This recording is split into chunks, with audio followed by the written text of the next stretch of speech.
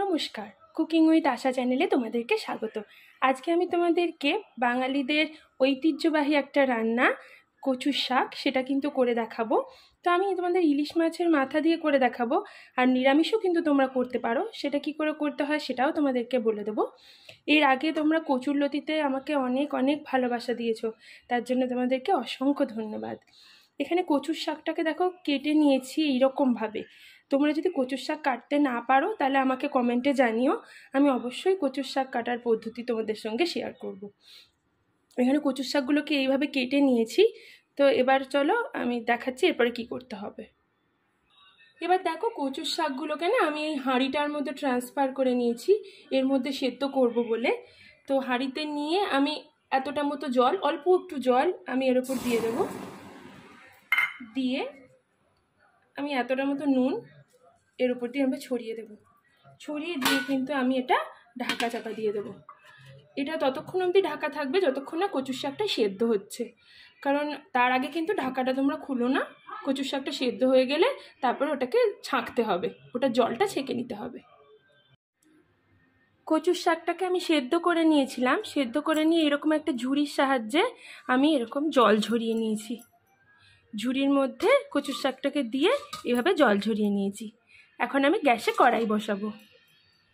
গ্যাসে আমি কড়াই বসিয়ে নিয়ে সর্ষের তেল দিয়ে নিয়েছি। এখন ইলিশ মাছের মাথাগুলো আমি ভেজে নেব।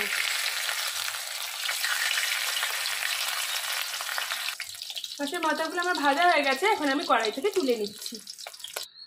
এবার আমি এই তেলের মধ্যে একটা শুকনো লঙ্কা আর অল্প একটু জিরে ফোড়ন দিচ্ছি।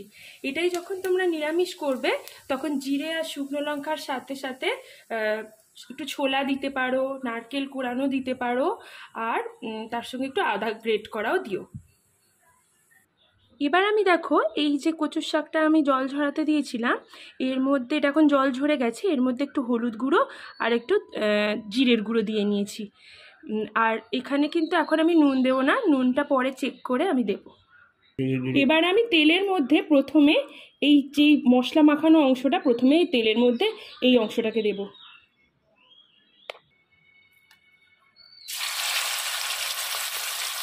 অল্প একটু দিয়ে দেবো আগে, ফার্স্টে অল্প একটু দিয়ে নাড়াচাড়া করবো, তারপরে বাকিটা আমি দেবো।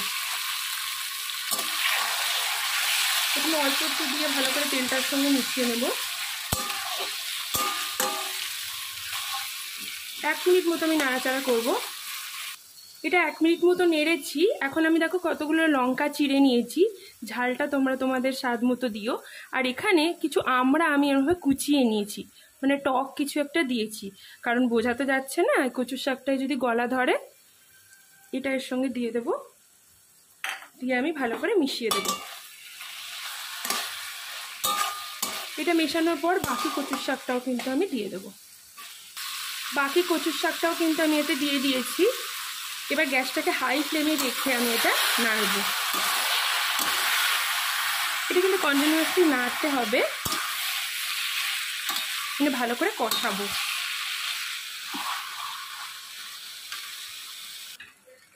এটাকে ভালো করে খুন্তির সাহায্যে এরকম এরকম করে দেব, মানে ঘেটে ঘেটে মতো দেব। আর এখন আমি মাছের মাথাটা মেশাবো না, কারণ এখন মাছের মাথাটা মেশালে এটা পুরো একদম কাঁটাগুলো এর মধ্যে পুরো মিশে যাবে।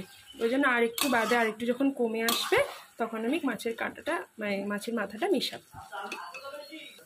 এটা যখন হয়ে আসবে তখন একটু বেশি নাড়তে হয়, বাঁধাকপির মতো। এখনও তো জল জল আছে, তাই জন্য এই জলটাকেই আর কি টানাতে হবে, এরকমভাবে কষিয়ে কষিয়ে। এটা আমি বারে বারেই নেড়ে যাচ্ছি যাতে তলায় লেগে না যায়। এটা এখনো অনেকটাই হবে, আরও কমে যাবে আর কি। এটা এখন অনেকটাই কমে গেছে, আমি কন্টিনিউয়াসলি নাড়ছি, নিচে আটকে আটকে যাচ্ছে। এই পর্যায়ে আমি মাছের মাথাটা দিয়ে দেবো। মাছের মাথাটা দিয়েও আমি নাড়বো।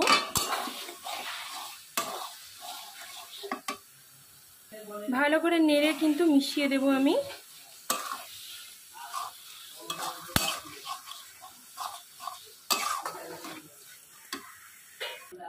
এখন কিন্তু অনেকটাই কমে এসছে, তো এই পর্যায়ে আমি নুনটা চেক করে একটু নুন দিয়ে দেব। তোমরা কিন্তু নুনটা অবশ্যই চেক করে দেখো।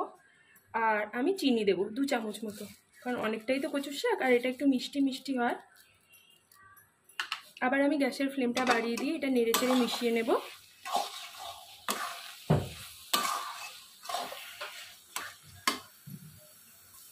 নুন চিনিটা দেওয়ার পরেও কিন্তু আমি আরও বেশ কিছুক্ষণ ধরে এটা নেড়েছি।